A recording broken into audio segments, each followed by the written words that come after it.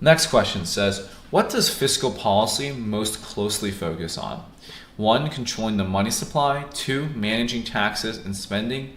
3, limiting business transactions. Or 4, controlling commercial banks. It's a good question, right? So it really is just a definition question, the contrast between fiscal and monetary policy. So fiscal policy is stuff that the central government can do in order to either stimulate demand or shrink demand, right? And this is contrasted with the monetary policy approach, which is powered by the Fed, which is mostly trying to accomplish the same goals, but using the money supply as a tool instead.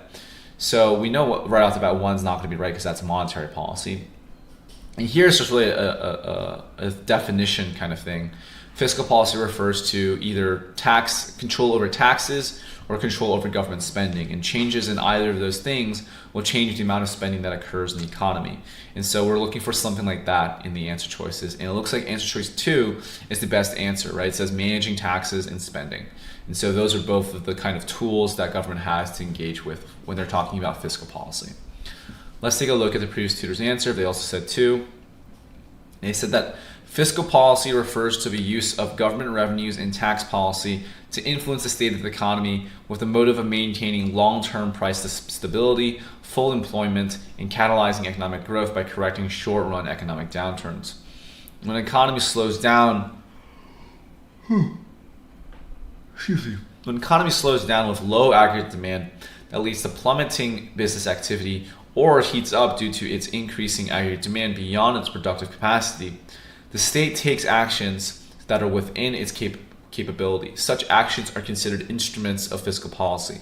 The government can change its level of spending or a tax rate to influence the level of consumption spending.